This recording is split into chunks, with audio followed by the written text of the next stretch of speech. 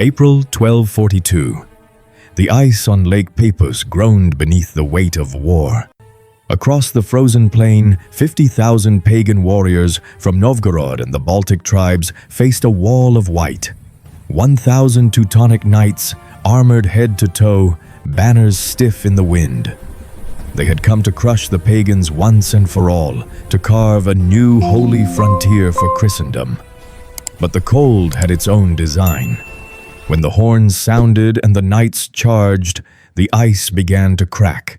Moments later, it shattered. Horses, armor, and men plunged into black water. The frozen lake swallowed an empire's pride. In less than an hour, the Crusaders were gone, defeated not by men, but by the land itself. This is the story of the battle on the ice, when faith met frost, and 1,000 Teutonic knights vanished into legend. The winter of 1242 was merciless. Snow fell for weeks without pause, blanketing the Baltic frontier in silence. The Teutonic Order, armored monks of war, marched eastward through that silence, convinced they carried God's will in steel. Their black crosses gleamed against white cloaks. Behind them came squires, priests, and footmen dragging supply sleds over the frozen rivers. Ahead lay the pagan frontier, the lands of Rus, and the tribes that refused to kneel. Their Grand Master had promised a swift victory. The so-called pagans were scattered, he said, disorganized and fearful. The ice of Lake Peipus would be their road, and God would freeze the world itself to clear their path. The knights prayed as they marched, their breath turning to frost. They sang Latin hymns that echoed through the snowdrifts like ghostly bells. But to the men of Novgorod, this was not a crusade. It was an invasion. Word spread fast through the forests. The Germans were coming, bringing fire and the cross. Villages burned along their path. Peasants fled into the woods, leaving footprints that filled quickly with snow. At the call of Prince Alexander Nevsky, warriors gathered from every frozen corner of Ruses. Hunters, peasants, and veteran Druzhina horsemen, hardened by cold and hunger. They would not fight for conquest or for heaven, but for home. When the Teutonic vanguard reached the edge of Lake Peipus, the world was white from horizon to horizon. The frozen expanse stretched 10 miles wide, glittering in the sun like a mirror. The knights believed it a gift, solid ground to charge across. They could already see the enemy camp on the far shore, black smoke curling against the pale sky. The Grand Master gave the order. They would strike at dawn. That night, as the Crusaders prayed by torchlight, the Russians moved silently along the lake's edge, testing the ice with their spears. It held, for now. In the distance, wolves howled, and the wind moaned through the reeds. Beneath the ice, the water shifted and sighed as though the lake itself was listening. It would not sleep for long. Dawn came pale and cold. The wind cut through armor like knives, and the breath of 1,000 horses steamed into the gray air. Across the lake, Prince Alexander Nevsky and his Rus warriors stood silent among the snowdrifts. Their fur cloaks were heavy with frost, their banners black with ice. The Teutonic knights formed ranks opposite them, a wall of steel and crosses. Between them lay 2 miles of frozen lake, hard, glittering, and deceptively thin. At sunrise, the German horns sounded. The knights lowered their lances, hooves pounding against the ice, banners snapping like thunder. The sound was monstrous, a drumbeat rolling across the frozen plain. The pagan line held firm. Then, at Nevsky's signal, the Rus's archers stepped forward and loosed a single rippling volley. Black arrows streaked through the mist, vanishing into the white. A heartbeat later, the front of the Teutonic formation staggered. But the knights did not stop. They slammed into the Rus's center with the force of an avalanche, iron crushing fur and leather. The sound of impact echoing across the lake. For a moment, the Crusaders pushed the enemy back, blades flashing in the sunlight. Nevsky's infantry fell away as planned, not broken, but drawing them in. The trap was closing. From the flanks, hidden among the snow ridges, the Rus cavalry erupted, Tatar horsemen and Novgorod Druzhina crashing into the Crusaders' sides. The white field turned to chaos. Knights tried to turn their heavy war horses, but the ice was slick beneath their hooves. Men fell, armor dragging them down. Horses skidded, steel shattering on frozen ground. The Grand Master shouted for order, raising his sword, but his voice was lost in the storm of noise. The clash of iron, the hiss of arrows, the crack of breaking ice. Each step forward felt heavier than the last. The lake began to tremble. The knights didn't notice it at first, drowned by the din of battle. But the pagans did. They began to fall back, slowly, deliberately. Nevsky watched from the ridge, his eyes narrow. "Let them come," he said quietly. The wind carried his words across the lake. "Let the ice judge between us." The Teutonic line surged forward, convinced the enemy was breaking. They drove their spurs hard, shouting, "Deus vult!" as their formation tightened into a spear of iron. From the ridge it looked unstoppable, a wedge of gleaming armor cutting through a sea of white. But beneath them the ice groaned. The horses struck first. Their iron-shod hooves cracked through the upper crust, sending spiderweb fractures racing outward. The knights pressed on, blind to the danger, their own weight sealing their fate.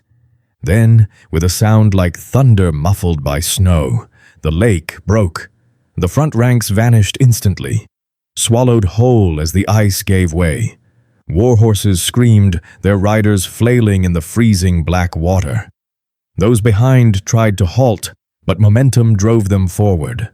The wedge collapsed in on itself. Steel collided with steel, men tumbling into one another, the surface splintering beneath their feet. The lake was no longer a battlefield. It was a trap made by winter and arrogance. Nevsky's archers loosed another volley. Arrows rained down, striking the survivors as they struggled to climb free. Armor that had once been salvation became an anchor. The weight dragged them under, pulling one after another into the darkness below. The ice around the break heaved with the thrashing of men and beasts, then grew still. Only bubbles and blood rose to the surface. At the edges of the chaos, Rus's cavalry circled like wolves, cutting down those who tried to flee. The frozen lake turned slick with water and red ice. The wind howled across the plain, carrying the cries of drowning men. The Teutonic banners, once proud against the gray sky, fluttered weakly, their crosses half submerged. Nevsky rode to the shoreline, his fur cloak snapping in the gale. His men parted as he raised his sword toward the sun, pale and cold through the clouds. "Whoever comes with a sword," he said, his voice echoing across the frozen expanse, "shall die by the sword." Behind him, the ice continued to crack, each fracture spreading like a sentence written by the earth itself. Within minutes, the Teutonic charge, an army that had once terrified kingdoms, had been erased. The lake was closing over them, the crusade was finished. The center of the Teutonic line was gone. What moments earlier had been a shining wall of knights now churned into chaos, armor scraping on ice, men shouting prayers that froze in their throats.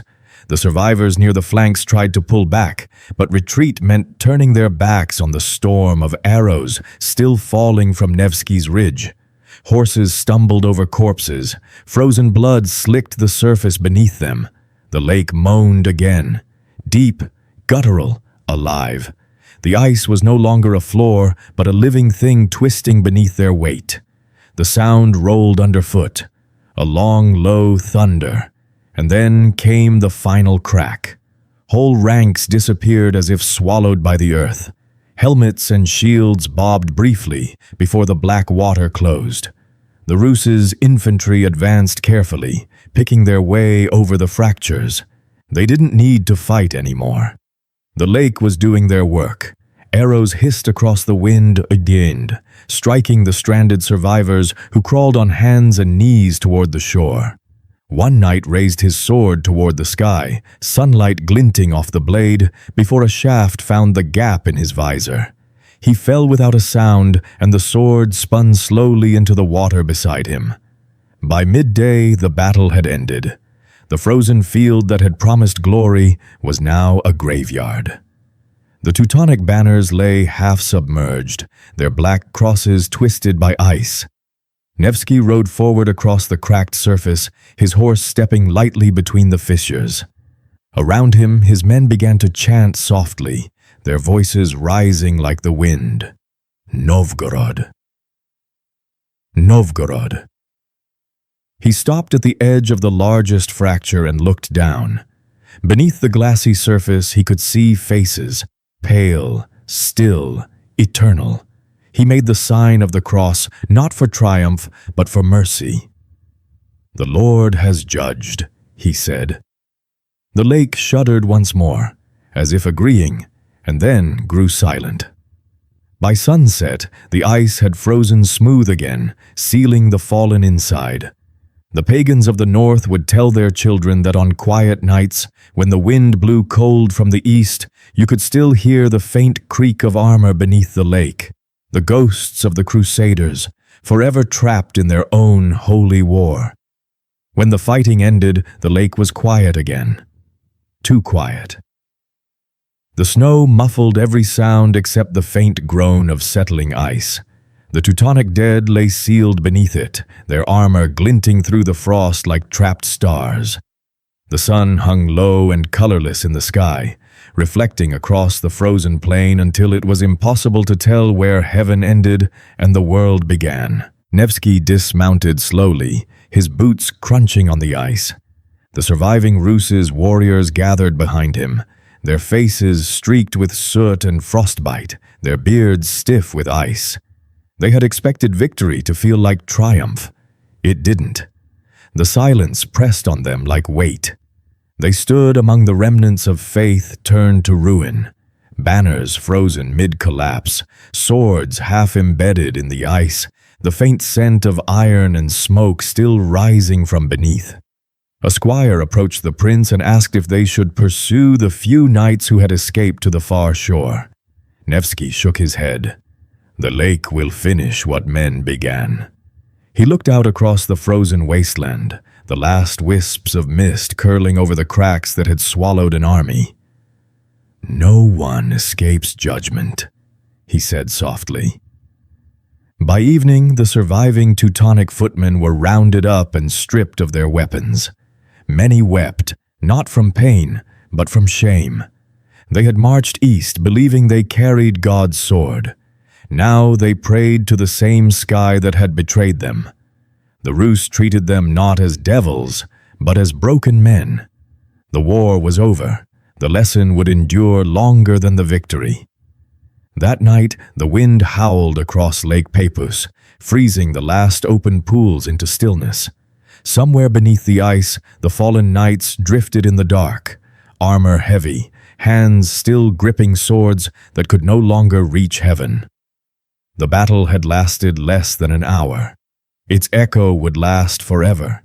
They would call it the miracle on the ice, the day the crusade froze and shattered, when 1,000 Teutonic knights learned that the cross could not command the cold. By dawn the next day, the snow had begun to fall again, slow, heavy flakes drifting over the battlefield like a burial shroud. The wind carried no sound, only the creak of armor shifting beneath the ice. The lake had sealed its dead. No graves were dug, no rites were spoken. Nature itself had buried an army. Nevsky's men built fires along the shore, their faces lit in orange against the endless white. No one celebrated. The victory felt too vast, too cruel. They spoke in whispers, as if afraid to wake the lake. Some claimed they still heard the faint clatter of hooves under the ice. Others said they saw helmets moving just below the surface when the light hit right. The priests told them not to look too long, that the souls beneath were frozen between worlds, neither in heaven nor hell, but in the cold place where pride dies. At midday, Nevsky ordered his men to collect what they could: banners, weapons, the broken shields of the fallen. These were carried to the far shore and burned in a single pyre. The black smoke rose straight into the still air, a column between earth and sky. "Let them return to the god they came for," Nevsky said, his voice steady, though his eyes were rimmed red from the cold. The few Teutonic survivors, dazed and half-frozen, were led away under guard. They would be ransomed later, their defeat whispered across Europe as a warning.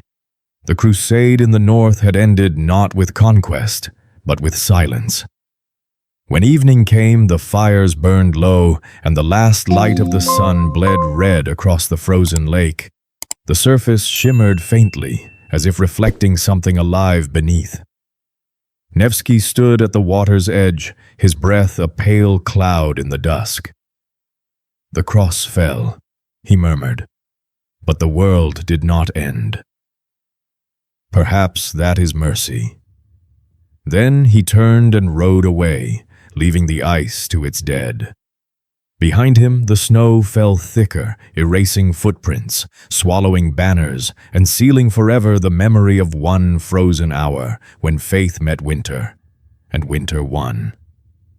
Weeks later, when the thaw came, villagers along the lake's edge began to speak of what they saw.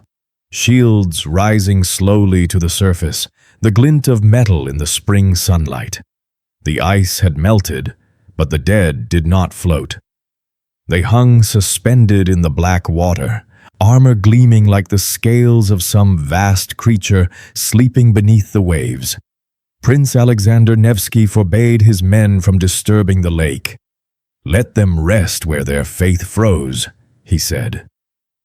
So the battlefield remained untouched, a mirror of stillness ringed by pine and mist. Travelers avoided it. They said at night you could hear voices beneath the ice, the muffled echo of Latin prayers, the clash of spectral swords, the steady rhythm of hooves that would never reach the shore. News of the defeat spread slowly through Europe, carried by trembling survivors who still smelled of cold and fear. The Teutonic Order called it a setback, a misfortune of weather. But in their silence, the truth was obvious. God had not ridden with them that day. The cross had cracked like the ice itself. In Novgorod, the victory became legend. Church bells rang for 7 days, and artists carved icons showing the frozen lake splitting open beneath foreign knights. Nevsky himself refused grand titles or crowns. "We did not conquer," he said. "We endured." His words became scripture for generations who would face other invaders from the west. When spring finally turned the snow to mud, the battlefield disappeared under reeds and meltwater. The lake closed its wounds, calm and glassy once more. But the people said the ice never froze quite the same again. It moaned in winter, as if remembering the weight of men who had dared to fight heaven's cold hand, and lost. Years passed, and the lake returned to silence. The wind swept clean across its surface, erasing the footprints of both conqueror and defender. But in the villages along its banks, no one forgot. Children grew up hearing how the ice had cracked beneath the weight of pride, how faith could turn to folly when carried like a sword. Pilgrims began to visit the shore where Nevsky had stood. They brought candles and icons, setting them into the snow. Some claimed that, on still nights, the frozen water shimmered faintly blue, not from moonlight, but from the spirits below. They said that was the glow of repentance, or of judgment, depending on who told the story. In the West, the Teutonic Order rebuilt its ranks and rewrote its chronicles, calling the defeat an unfortunate thaw. But their campaigns in the North never recovered. The brotherhood that had once believed itself God's hammer now feared the sound of cracking ice. Their faith had been tested not by armies, but by the earth itself, and found wanting. For the Rus, the victory became more than memory. It was proof that endurance was a weapon stronger than steel.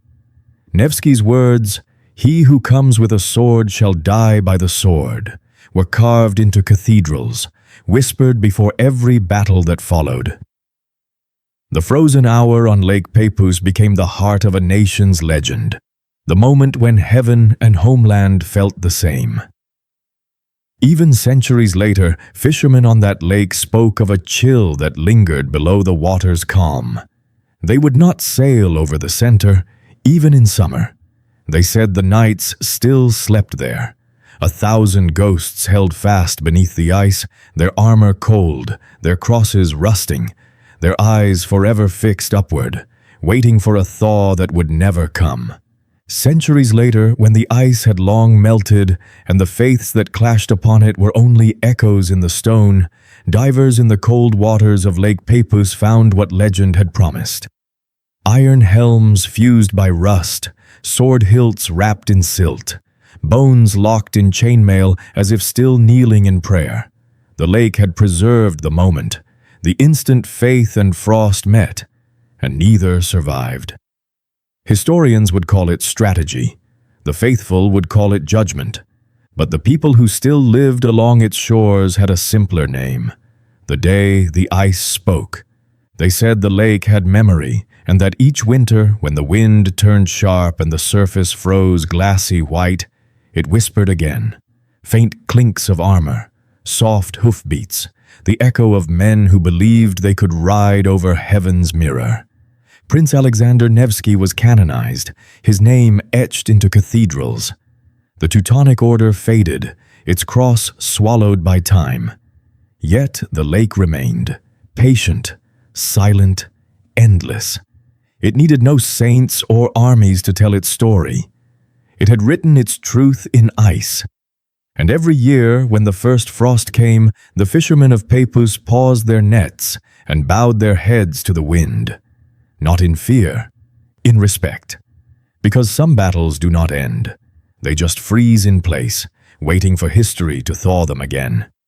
If stories like this move you, where nature and faith collide and history leaves its mark beneath the ice, subscribe and listen to the next echo the past has not yet let go.